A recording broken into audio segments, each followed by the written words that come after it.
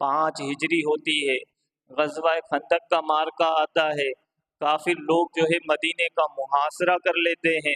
اب 1 مہینے تک محاصرہ کیا ہوا ہوتا ہے، لیکن اللہ کے رسول صلی اللہ علیہ وسلم صحابہ کے ساتھ پھر مشاورت کے لیے بیٹھتے ہیں۔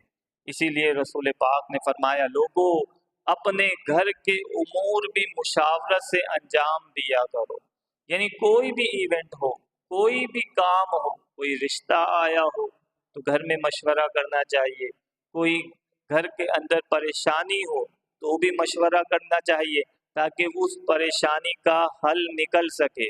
اب رسول پاک فرماتے ہیں کہ کافروں نے ہمیں گھیرا ہوا ہے تو ہمیں کیا کرنا چاہیے؟ حضرت سعد کہتے ہیں، یا رسول اللہ آپ جو حکم دیں گے ہم اس حکم کے لیے آگے اپنی گردنوں کو خم کرتے ہیں۔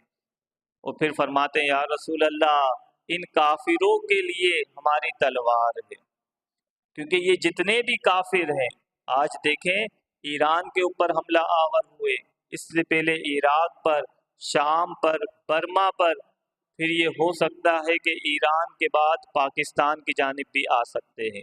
اس لیے آج مسلمانوں کو متحد ہونے کی ضرورت ہے، کیونکہ ان کا دشمن ایک ہے، کیونکہ جتنے کافر ہیں یہ سب ایک ملت کے پیروکار ہیں، یہ صرف اسلام کے دشمن ہیں، آپس میں یہ دوست ہیں، کیونکہ ان کے اندر منافقت ہے۔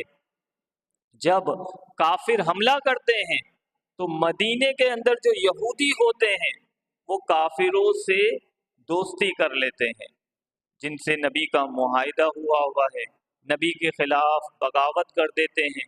اب نبی کے ساتھ رہنے والے، نبی سے معاہدہ کرنے والے یہودی جو ہے کافروں سے مل جاتے ہیں، اور آج یہی ہو رہا ہے کہ یہی یہودی کافروں سے مل کر ہم پر حملہ کر رہے ہیں۔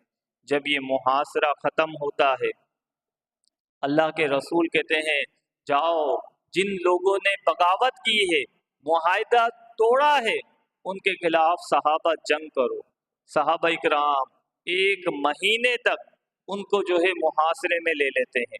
جب 1 مہینہ بیتتا ہے، یہودی تنگ آ جاتے ہیں، کہتے ہیں ہم اس بات پر راضی ہیں کہ جو سعد فیصلہ کریں گے وہ ہمیں منظور ہے، کیونکہ یہودی سعد سے دوستی رکھا کرتے تھے، کیونکہ مدینے کے رہنے والے سعد تھے، تو یہودی سوچ رہے تھے کہ سعد ہمارے حق میں فیصلہ دیں گے، ہماری رعایت کریں گے۔ رسول پاک فرماتے ہیں صحابہ سے، جاؤ سعد کو بلا کر لاؤ۔ اب حضرت سعد آتے ہیں، قربان جائیے، جب حضرت سعد تشریف لاتے ہیں تو میرے نبی کھڑے ہو کر ان کا استقبال کرتے ہیں۔ ابھی جب سعد کی آپ دیکھیں گے نبی علیہ السلام کس طرح دلجوئی کرتے ہیں، آپ اشکبار ہو جائیں گے۔ نبی علیہ السلام کہتے اے سعد، یہودی کہہ رہے ہیں جو تم فیصلہ کرو گے وہ ہم مان لیں گے۔ اب قربان جائیے، حضرت سعد کسی چیز کی رعایت نہیں کرتے، نہ دوستی کی رعایت، نہ کسی کے حق کی رعایت۔ آپ فرماتے ہیں یا رسول اللہ، جن لوگوں نے مسلمانوں کے خلاف تلواریں اٹھائی ان کا میرے نزدیک ان کا فیصلہ یہ ہے کہ ان کی گردنیں مار دی جائیں، کیونکہ مسلمانوں کے خلاف تلواریں اٹھائی۔ رسول پاک جب سعد کا یہ فیصلہ سنتے ہیں تو کہتے ہیں اے سعد، خدا کی عزت کی قسم، تو نے وہ فیصلہ کیا ہے جو میرے رب نے فیصلہ کیا ہے۔